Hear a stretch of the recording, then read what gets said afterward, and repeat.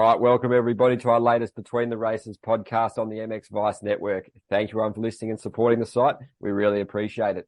Before we get cracking on this one, we firstly like to thank our sponsor in Fly Racing. Fly Racing is excited to celebrate its 25th anniversary in 2023. Led by the revolutionary Formula S helmet featuring Rheon technology, Fly Racing continues to push the boundaries of product performance and design. We would like to thank our loyal dealers and customers for 25 incredible years and look forward to the next 25 and beyond.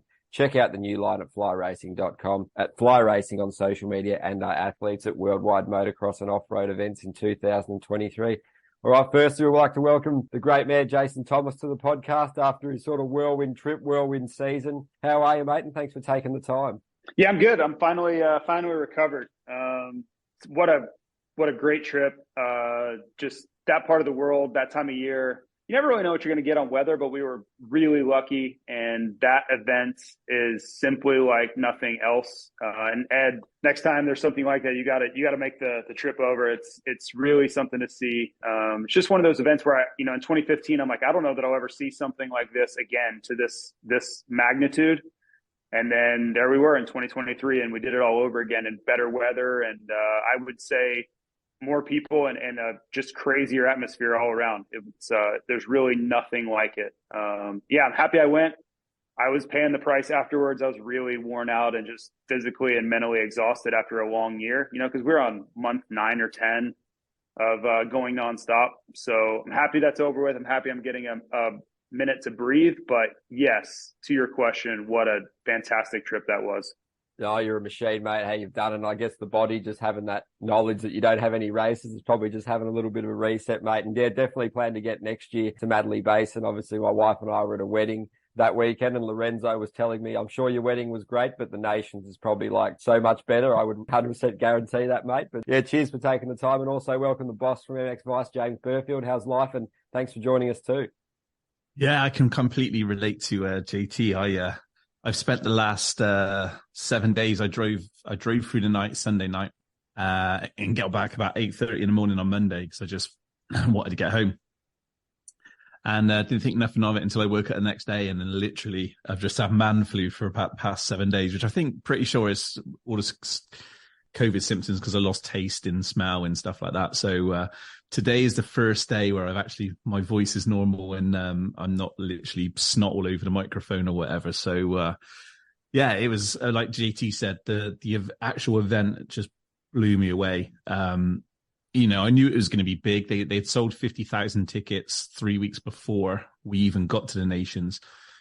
But it was just incredible to see just the amount of people, the energy, the atmosphere was ridiculous. I mean, on the Friday, you kind of walked in at 10 o'clock in the morning, and usually the big kind of field, which is the hill, which is opposite the track, that was full on a Friday. And it's just like, you didn't see that happen. So it's like, you knew it was going to be a big Nations, but I can only imagine the amount of money what was made that weekend. I mean, I've been trying to do figures, but I'm thinking 6 million because I don't know what JT thinks about this, but every time they were charging 40 euros to get in the paddock, and I didn't see the queue ever be like less than 10 people all weekend. So all weekend, people were paying 40 euros to get into the paddock. The amount of money that generated it was 65 euros to get in for 1 day, I think. I don't know what it was for the weekend. But, the money that was made over the weekend was just, it must have been up there with, I was already told it was the biggest attendance in Nations. But monetary-wise, I think blew past everything they could have ever imagined. See, I would argue that Redbud 2023 made significantly more money. And I'll tell you why. The camping and it's not my business to share dollars because I truly don't know them, but I know what they were charging people to camp. I know what they were charging to get in. I've never seen anything like what that was. The sponsorship fees, because you got to remember, right? The American market is massive, right? So every brand, every sponsor was spending. We were blowing budgets apart to be at that event. So that's why I think you're seeing such a demand to come back to America for 2025 is because the amount of money that they're making at these American Motocross of Nations now is unimaginable. Again, none of my business. I hope they make all the money in the world, whether whoever's involved. But I had never seen, and just, I have a little bit of insight because I know what some of the fees are. I know what some of the costs are like to participate on a vendor level, and also what they were charging people to get in. And then I looked around and I saw that they had to expand parking lots and acquire more land to put people in. I would say multiples of the number you threw out was brought in 2023 and in 2018. Multiples of the number you threw out. Wow. That doesn't surprise me, JT, because, but there again, I don't take anything away from, the people who put this on, because when you start to talk to people who are just responsible for, say, 3% of the event, and you talk to them about what they have to do, then it really is mind-boggling the amount of work goes into one event. And there's risk. There's risk too. I've seen Motocross Nations events that lost money, right? So you put on a great event. They didn't have a gun to anybody's head. People are willing to go and spend their hard-earned money. And you ask anybody that was at Redbud in 2023, one of the best weekends of their life, right? So to me, that was just good business. Everybody had a great time. I didn't talk to anyone, not one person, or outside of maybe the Dutch team or somebody, but someone that went there to spend their weekend that left there going, you know what, this wasn't worth it. I shouldn't have spent this money like this. No one was saying that. So in that thought process, I don't care how much money they made. More power to them. I hope they make all the money in the world. And that's just for the health of the sport. They're going to continue to come back to America for this event, and it's just going to, propel these series and to make better events. And so I don't really see any downside to it. I'm just more speaking on a observational basis. It was an incredibly profitable event from my perspective. I don't get to see the bottom line, but I can add fairly well, and it looked like it was a good deal for everybody. Hey, that must have been a big old motorhome in those pits, what was acting as a bank, because I'm guessing started the weekend, JP, with just like a smaller motorhome, and then they were like, shit, where do we put more cash? We need more motorhomes. So I bet they were just like filling these motorhomes. So somewhere in the pit somewhere there was a bank, the bank of cash. Yeah, they come in with in the States, they come in with armed guards and armored trucks, and they take money away at certain times of the day with full armed security and everybody. They don't play around with that stuff. Wow. Yeah. For everybody involved, a huge pat on the back, because like you said, everybody, like literally a week later, still people are posting pictures, videos, they've just had an amazing time. I had an amazing time, and I didn't even get to the monster party. Yeah. I didn't go to anything. I left after this year's race. I left immediately, so I didn't do anything other than drive back to Paris. Do you know what I literally every time I get to event, trying to do the post race podcast and bits and pieces, and it was kind of a weird one for me this year, because I spoke to the JWR team on the Friday. They I probably shouldn't mention this, but I will do anyway. But JWR turned down a couple of opportunities with Kawasaki and Honda, and they were in line to take over the EMX 250 for Yamaha. So pretty much everybody knew about it. I think people were coming up and congratulating them, but they were like, no, it's not a done deal or whatever. But basically on the Sunday, they got told by Yamaha that it wasn't going to be happening. So they'd already turned down Honda this year, Kawasaki this year, because they were, Yamaha were all for it. And they were told on the Sunday of the Nations that the contract was no longer there. So I spoke to Johan sort of, after him. Obviously he was in pieces, because he was just like, I've worked so hard since 2018 to get this opportunity. And now it's just been sort of, taken away. He genuinely doesn't know what to do. So we don't even know if JWR is running. And then I went to do an interview with, to Calvin, and then I bumped into Emil Gebbin. And obviously it was his last team race with Calvin, because after that he's shutting his doors. So I ended up spending about an hour and a half talking to Emil Gebbin and drinking a couple of beers. So post-race podcasts never happened, but it was like, it was kind of an emotional time talking to those two people who put so much into the sport. have been paramount over the last, 15 years between them, 16 years, and now possibly they won't be there next year.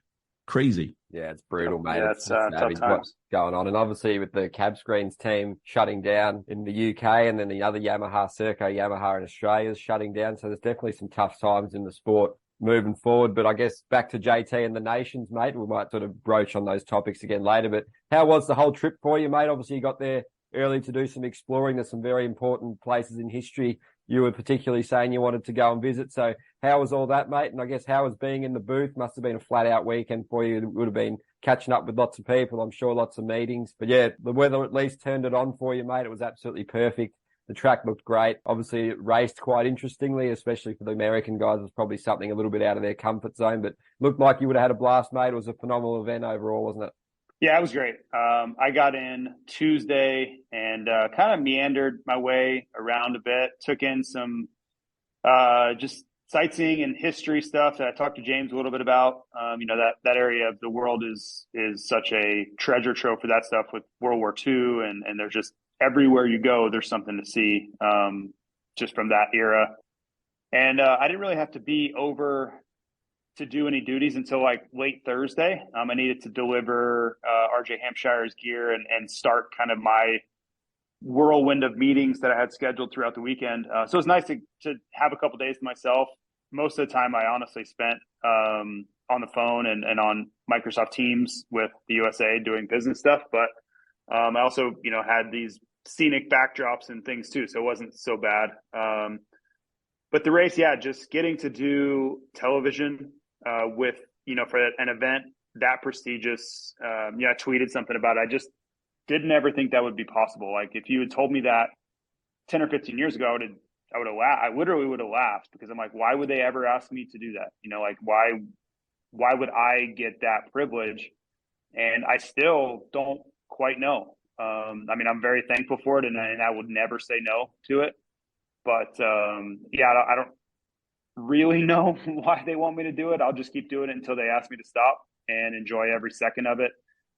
It's what I feel is the biggest event on the calendar, period. The only event that I can say even comes close in at certain aspects is Anaheim 1.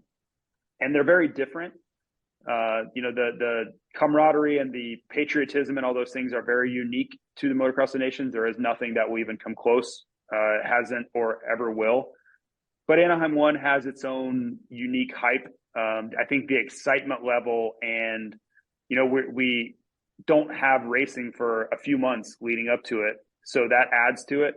So those are the two biggest events on the calendar. They're different, but really the only two that are comparable on an enthusiasm, a hype, and an expectation level.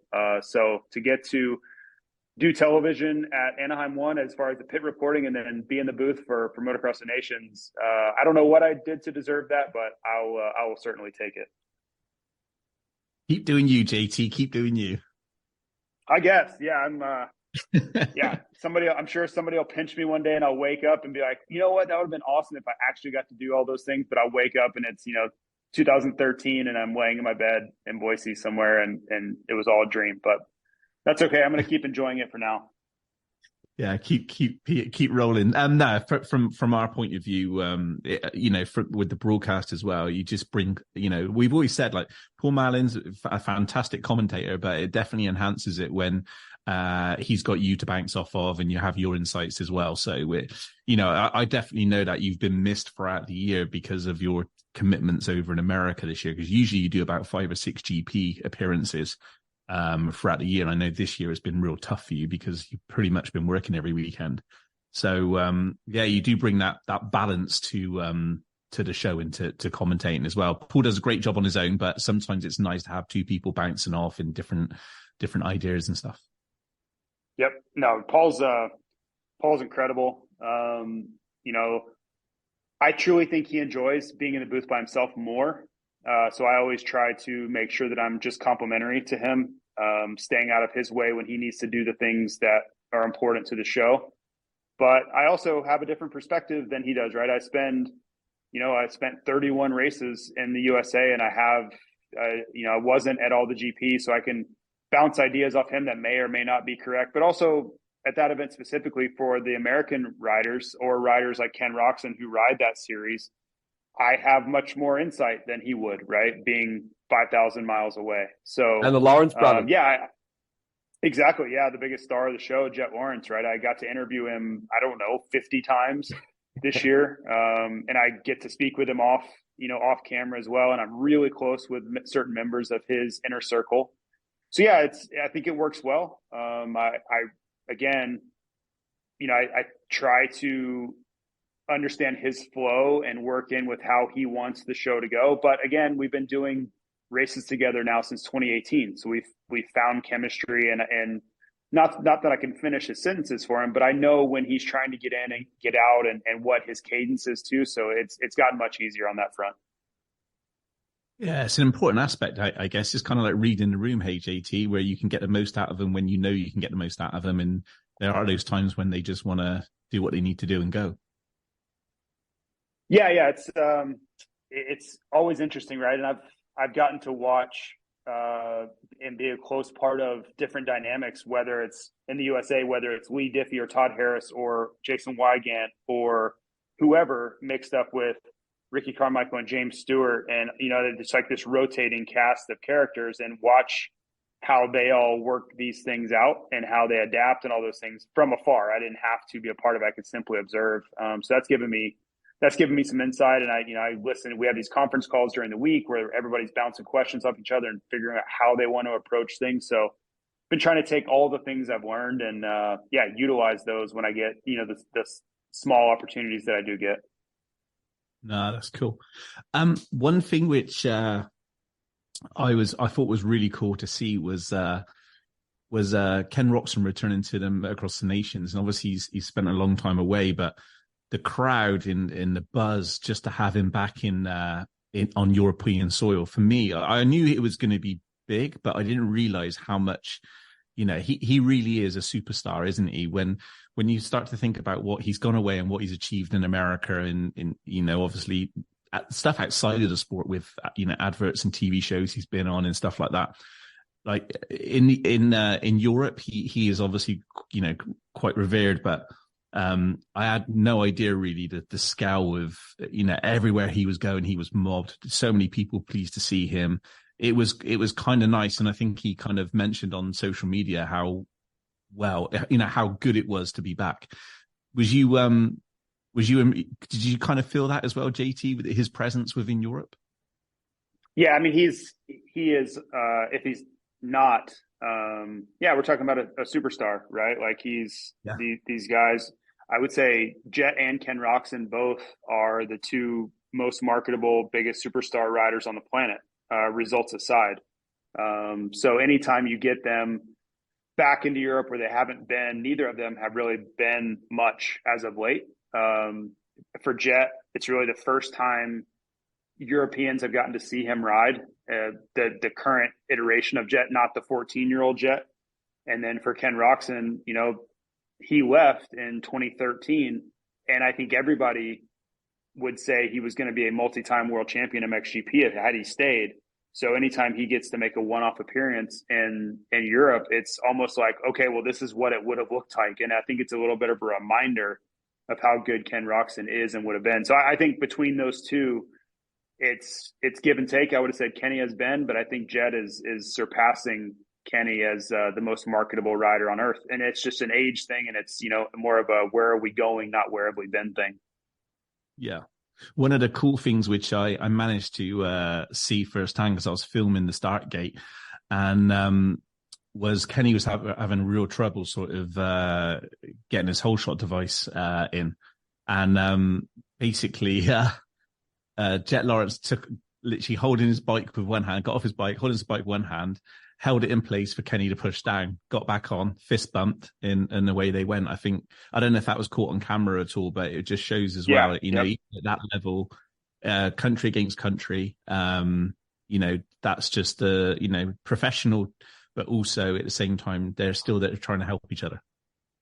Yeah, there's mutual respect too. And I think there were some hard feelings after the SMX playoff rounds, the whole scenario at Chicago when Jet pulled over and all that stuff. Kenny was not happy with Jet at all. But I think, time heals a lot of things. And I think they spoke off camera, and you have to understand who Jet is, off when the cameras are off. Like, he's the most jovial, fun loving, kid I've ever met, to a fault. He doesn't know when it's time to be serious and not, and that's something that'll come with age. He's, in my opinion, off the motorcycle, he's very immature for his age, which sounds crazy because he's only 20, but I don't think he, off the motorcycle, acts even like a 20-year-old. In his mind, he acts like he's 16. And that's not only me, but other people that are very close to him, they would agree with that.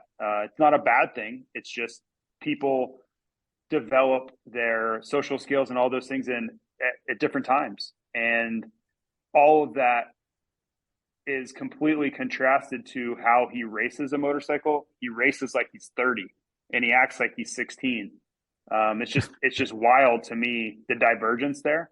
And I guess if you had to choose the one that's going to make you millions of dollars, because the racecraft and the way his approach to racing is like nothing I've seen at that age, period. Not even close. And you could ask Carmichael Stewart, everybody, they're like, yeah, it was a mess, right? I just wanted to win every single time I touched the motorcycle. And if I didn't, I was willing to crash to prove it. That's not really Jet. Jet wants to win, yes, but he is so methodical in his approach, and he understands risk and when you can take chances and when there's a win in the cards and when there's not. And that is just something he is so wise beyond his years on a motorcycle, and then so young off the motorcycle. It's pretty crazy. I'll give you an example. They all practice at what used to be Chad Reed's facility. The Lawrences now own that facility. It's called the Dog Pound now. But there's a big group of people that ride there. A kid named Drew Adams, who won the Los Angeles Coliseum Futures event. I guess it was called like the All Stars there. Chance Hymas, who is a fly racing rider, and they're all younger than Jet. Drew Adams is 15. Chance Hymas is 18. But that's the crew that Jet hangs out with. He doesn't hang out with Hunter and the older kids. He hangs out with the younger group. And just that's where his I think he feels more mentally comfortable. Like, those are on a emotional and a maturity level. That's who he feels more, in tune with and more in common with. So that just gives you a little bit of a glimpse of kind of where he is. And that'll change, right? And that's what, it's funny when I get this great insight from Ricky and James and these guys who have done it all, right? They're the best we've ever seen. And they all say, for him to be here now, when he's 22, 24, 25, forget it. Like, no one will be able to touch him or even consider touching him, because he hasn't even, like, once his brain catches up to what his body will allow him to do, it's over. Like, it's absolutely over for everyone. And we'll see if that plays out, but they are adamant in that opinion and that prediction. So it's pretty interesting.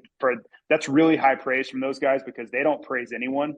They're very, I don't want to say jaded, but when you're the best it's ever been, it's hard to impress you, right? Like, so for them to be that impressed and give those kind of accolades off camera when no one's there to see it. These are in private conversations. You can tell that they expect huge things from this kid. And with the obviously with his performances over the past year, and being 20 years old and with the mindset that he has, the fact that you got Stewart and Carmichael are basically saying he's probably can improve, with his racecraft, and that's kind of scary, because even like looking into next year is kind of like, we're going to see Tomac back in Sexton on the KTM, but it's like, he could actually run away with it once more. He could. There's no question that he absolutely could. Absolutely. Yeah, I guess it was a pretty good testament to what you were just saying, JT, how he managed the weekend. Obviously, we know what he did in the first moto, just an impressive, phenomenal ride back through the field on a pass. It was so tight, so hard to pass on. Very sketchy, but the way the balance and the sort of poise and the composure to do that, to slice through when he needed to and make those moves with conviction was very impressive. And then in the second one with that move on Kenny, he said, Kenny, he knows more about these kind of tracks. He's got so much experience. I may as well study him for the first 7 laps or so, and then I can work out when I can pull the trigger and pounce to make the move. And that's exactly what he did. So yeah, what you were saying is just so impressive seeing someone like that. And I guess really breaking down borders, being bigger than the sport. Obviously it's really cool for me personally being Australian, but you see that ESPN interview that was done, which was a really great piece of writing and a really cool insight into him. So it sort of gave an insight into how, his mind and the way he races and the way he is as a person off the track sort of comes together to form the unique figure that he is. So has there been a lot of talk about that ESPN interview? And yeah, it was just another masterclass by him at the Motocross Nations to sort of elevate him once again on the proper world stage. Yeah, the ESPN interview was definitely. I think there were things in there that a few people didn't like, but yeah, such is journalism. And if you're looking at it as a net positive or a net negative as far as having that sort of exposure and on that stage, of course it was a positive. I think the only thing that I heard about from others, not necessarily me, because I just don't really care. I'm a huge Jet Lawrence fan. The only thing that I heard about was like talking about McGrath's win record when you haven't raced a 450 Supercross yet. To me, and I would agree, it's probably way premature. Like it shouldn't even be mentioned yet because you literally have not raced one of those events yet in that class. So to talk about winning 72 of them or 73 to break the record, it probably doesn't have any place in the interview, in my opinion. But again, this is a journalist who is not endemic to the sport. She, and yeah, I guess if you want to give Jet credit for it too, like Jet didn't shy away from it. He said that's the goal. That's what I want to do. So I just know that some of the old heads, I think some people are like, man, like you shouldn't be talking about that yet. I think some people who have done a lot in the sport and were like, yeah, that I could never even dream of getting to that number, are like, yeah, dude, don't even think about that yet. Wait till you rack off a bunch of wins and a bunch of championships, and then we'll start talking about if that's going to be reality or not. One of the funniest things that happened to me in Nations at the weekend was when they went out for free practice, and I think he qualified. I'm probably going to get this wrong, but I think he qualified 7th or 8th in free practice, or just he had 7th or 8th best time. And I was walking back to the pits, and about 3 or 4 different people who like to sort of just bench race and stuff come up to me and went, there we go. That's what happens when you're away from GPs.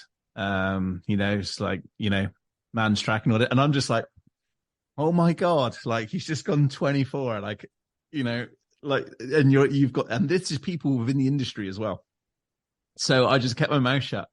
And then obviously when he went out, and I think it was in time practice, and I think he qualified. It was in the qualifying race when he went from, he was 8th, and then all of a sudden he literally went from 8th to 2nd and closed the gap. And those same people just sort of looked at me, kind of smiled, and sort of, yeah, got that wrong. So it was quite. It was quite a fun time for me on the Saturday, kind of witnessing that as kind of like three very like he did have industry people. He really did have to kind of figure things out though, from talking to people in their their team and their inner group. It was a battle to get him comfortable, to sort the track out, the conditions. It's very different, right? And just because he raced EMX in 2018, he's never ridden that track before, and it's a very unique track, very unique traction, conditions, and you could tell he struggled. Like he didn't have his prototypical fast qualifying lap times, and I think it was just a learning process throughout the weekend. But by that final moto, and really towards the end of the first moto and then the second moto, of course, you could really see it start to shine through, right? He has so much that he's able to overcome whatever is thrown at him. And by the end of the weekend, he was the best rider on the planet again, and that's, I think that's a theme we're just going to see time and time again. The scary thing is he's only getting better from here, in my opinion. I think we're scratching the surface of what this kid is truly capable of. And yeah, bright days ahead. And the only people I really feel sorry for in all this are his sponsors that are going to have to find budget to pay him what he's worth. Those are the people I really feel sorry for, because it is going to be a very, I think, worthwhile but a very expensive enterprise to be a part of Jet Lawrence's rise over the next few years. Yeah, it's going to hurt those budgets. Yeah, absolutely, mate. I was going to also ask JT while he's on, James, just quickly, Team USA, how was it from your perspective? Obviously, it was really awesome them to just be there. They needed to be there, run those plates. Obviously, they had a little bit of pressure and weight of expectation, but I think it was just more relief that they were actually there. And, you know, people like yourself and Paul, Mike, Christina from the AMA did such a great job getting it all together. And obviously the KTM group, massive effort for them putting in, but probably wasn't the weekend they wanted, but they were still in podium contention, you know, right up until the last moto, essentially. AP and RJ showed some great speed. Obviously, Christian didn't have the weekend he wanted, which you can't really expect too much more from him. It was a really valiant effort. You know, hasn't raced in Supercross and had, 6 weeks back on the bike. But yeah, it's just a massive arena to step into, that track, that environment, that atmosphere. So I guess it's your overall takes on Team USA, mate. I guess you were still proud cheering them on, that's for sure. Yeah, I didn't have any expectations really going in, which helps. I knew probably more than most, just because I've been to this event so many times and my history of racing and coming off of injuries and however you want to phrase it, all the different angles of it. I just knew what the ask was and how much of a challenge this was going to be for them. So that helped me to temper any sort of unrealistic expectation that others might have had. And I was just there to cheer them on. You know, AP had his hand up the entire time to race, and I was hoping for the best. You know, RJ should have been much better had he stayed off the ground. You know, his speed was much better than I think what his results showed. You know, I think outside of Vial, I think he could have beaten anybody in that race had he stayed off the ground. Like, the speed was good enough. But yeah, that's, you know, racing takes many things. It takes starts and can't crash and all those things that we all know. And then for Christian, you know, I want to say thank you to him for being willing to do it, because I think he knew what he was walking into. He hasn't raced since April. He's never raced the Husqvarna 450 in motocross, and he's never raced any sort of MXGP type event ever, right? So to expect any sort of heroic effort or result from him, I think was not fair. I just don't think to have any sort of expectation like that would have been fair for him. But again, when so many people said no to going to this event and basically just declined, whoever said yes, I was going to cheer for. End of story. I don't care what the result was. And again, most years I expect that team to be on the podium. But this year, knowing the circumstances and knowing where we were, we almost didn't send a team. Like, we were precipitously close to not sending a team. I just went in with, let's do the best we can, and whatever result comes, I'm going to cheer for you anyway. And that's kind of how I left there on the weekend as well. Yeah, I thought it was a great effort from the Americans. The nations wouldn't be the nations without Team USA there. So it's like, we're all thankful that Team USA turned up. For me, it was just great to see, Plessinger, Hampshire, in Craig, ride around Herne, like you said, the track is so different to what, it's so technical. It's such a hard track. I think they've done really well anyway to be in with a podium shot right up to the last point was, was a great effort. And I would say I got a lot of negative feedback about me talking about Team GB not being a podium, contention or even top 5. And I kind of said that, if they make the top 10, that's a very, very good result. And they did. They managed to get a 10th. And I think it's just I expect it's a little bit the same with the US audience, with the UK audience. It is like, Facebook going on fire and everything because we've not done very well. But you have to remember the caliber of riders that were racing, at that event is phenomenal. So the fact that, Muse, Gilbert, who's first ever Nations, and Ben Watson, they done amazing to bring it home in 10th place. So it's like, we've had years of Wilson, Anstey, Simpson, Searle, 4 riders who have always been at the forefront of whatever they've done. We haven't got that anymore. So this next generation of riders is going to take time. So we have got to chip away again, the 10ths, the 8ths, the 7ths, the 6ths, and build it up to becoming a podium contention again. I think, we've had it too good for too long with the riders we've got. And, I think the riders what rode in the nations, they got to take their hats off because, You know, they performed to the best of their ability. And a 10th place, finishing top 10 in the world with the riders and the caliber of teams that was entered, I think was a great result. I'm sure you looked out a lot for Team GB, Jace. I mean, I was watching them. Obviously, they were wearing Fly Racing. Well, yeah, that's right. You had two riders out of the three. Yeah. So I was paying attention to them.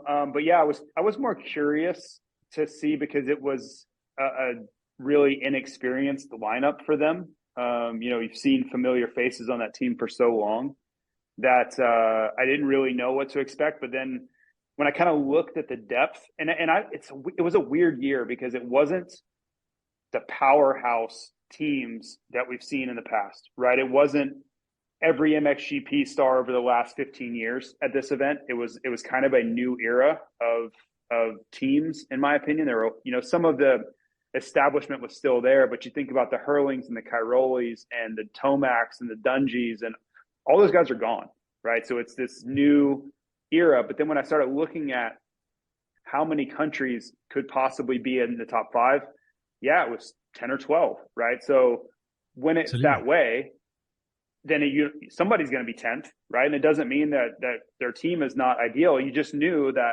at the end of the day, the points tally, there are probably going to be 6 or 8 countries from 35 to 60 with total points for the day, and who is where, right? And one score from one rider, like one DNF that you had to use as your 5th score, could absolutely determine that. And we'll look at Spain, right? Spain, in my opinion, could have been on the podium. They could have won the whole thing, but Oliveira didn't have a good day, and Fernandez really blew it in that second moto. So it's just that way. There were a lot of teams that could have done really well. And it was more like who was going to have a really good day and who wasn't. You know, I personally felt that France and Australia were head and shoulders better than everyone. You know, had Ferris had a little bit of a better day, maybe they have a chance. You know, Jet wins both motos. Like Hunter Lawrence is not hurt. There was a lot to work through with the Australian team, but on paper, I felt like those were the 2 best teams by a pretty significant margin. And then it was a battle for everybody else. Like I really felt like that podium finish was up for grabs. And yeah, credit to the Italians. They grabbed it. Yeah, I agreed. There was, like you said, there was so, like, you know, Italy, you know, Germany, Italy, all those guys were just, you know, Spain, they're all so close. And then obviously the Dutch, if Coldenhoff hadn't have obviously got the concussion, then that, you know, even it's crazy to say, but even like, you know, Sweden with Benson in Usland, you know, that's another solid team riding MXGP. And Gifting had the issues. Yeah. So it's like every team he literally went through was just like, you know, it wasn't outstanding, but it was still a solid team. That's the thing. It wasn't, it's like JT said, it wasn't like you had these big powerhouses, all 3 riders, big powerhouses. You just had 3 solid riders. So I think it was probably, for me, I knew it was going to be the closest nations, not for the win or for second, but definitely for that 3rd podium. It was definitely a fight between 7 or 8 teams that could possibly podium that weekend. I think it's just great for once to have such tight team racing rather than you get to the first race and it's like, oh, here we go. Pretty much it's a done deal already. Yeah, there was so much depth, wasn't there, mate? The classes were just stacked and so many great riders. And obviously Madeley Basin next year should just be absolutely epic with a pretty full strength Team USA, obviously, and maybe Hurlings as well. That'd just add to the star power, get Roczen back. But I know with JT's on a tight schedule here, mate. So firstly, obviously, James and I would just like to thank you massively for joining us on the podcast this year. We might squeeze in a couple before A1, obviously, but yeah, really appreciate all your insight and taking the time in your schedule, mate, to, you know, chat to us and, you know, give the fans so much insight. They've loved it. We've got so many great listen numbers, feedback. It's all been excellent. So just any final thoughts from you, mate? And yeah, cheers again. No, just, yeah, thanks for having me on. It's been a great 2023 personally and professionally, and really looking forward to it. You know, I really want to get back. I spent a lot of time with Infront, who, for those that don't know, is the organization that puts on MXGP and Motocross Nation. Spent a lot of time with them sorting out schedules and trying to get back to Europe more in 2024, because I only made it once for Motocross Nations, which is great and also not great, because it meant I was too busy with the American schedule and television here, which is awesome. But I really want to find a way to spend more time in Europe. I enjoy my time there. I enjoy getting to see people that I don't often do. And I just truly enjoy the racing. Like the level in MXGP is so high now, and it really has been for 6 or 8 years, I guess. But it's really astonishing to watch. And every time I go, I just leave there going, these guys are so damn good at what they do. And you can say it's specialized just for motocross, and that's fine, right? The American riders are incredibly good at Supercross, and they're the best in the world at Supercross. And I absolutely respect both of those things. But if you can't appreciate the talent level that is in MXGP right now, then you probably need to look at yourself a little bit more, because it is a renaissance time for MXGP, and I just am blessed to be a part of it when I'm allowed to be. Yeah, it's interesting you say that, JT. The numbers say as well, the American audience at the moment is just captivated with MXGP. I mean, half of our visitors through to MXvice, and over half of our listeners are now American, and that's one thing. And that's obviously they come to listen to you, but also they're infatuated. There definitely feels like a real growing, like the snowball is definitely rolling down a hill pretty fast and growing pretty big with Americans who are literally can't get enough of MXGP at the moment. So I think it's definitely the wheels are turning, where I think before from the US audience we're kind of a bit dismissive. Definitely now over the last 4 or 5 years, I've seen a huge change with their interest in what's going on in MXGP. And JT helps bridge the gap, doesn't he, James?